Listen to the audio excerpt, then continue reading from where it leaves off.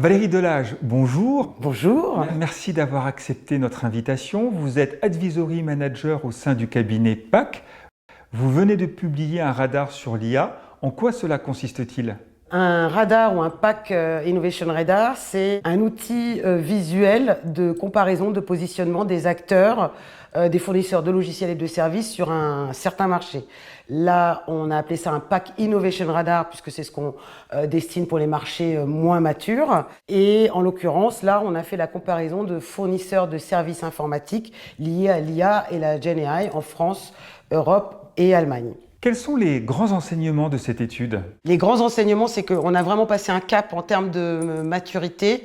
Là, les services autour de l'IA ont passé la phase des proof of concept.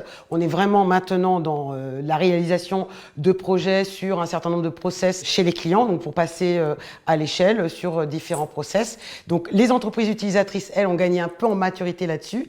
Et les fournisseurs, de leur côté aussi, ils se sont formés, ils ont formé leur force de consultants, ils sont capables de faire des projets dans différents domaines. Quels sont les usages de l'IA en entreprise qui rencontrent aujourd'hui le plus de succès ?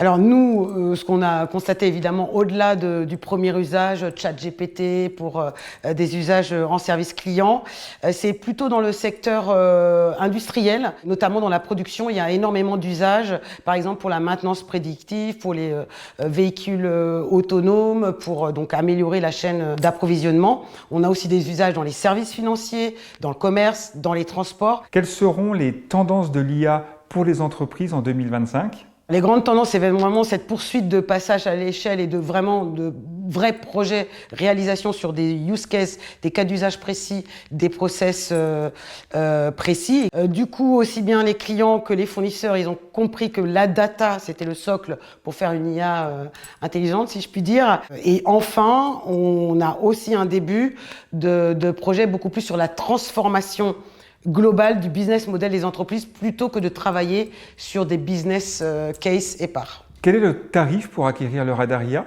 Le tarif, c'est 2 500 € pour les données et tout le rapport pour un usage interne. Si on est un client hors Sitsi, c'est inclus dans l'abonnement Sitsi pour nos clients Sitsi.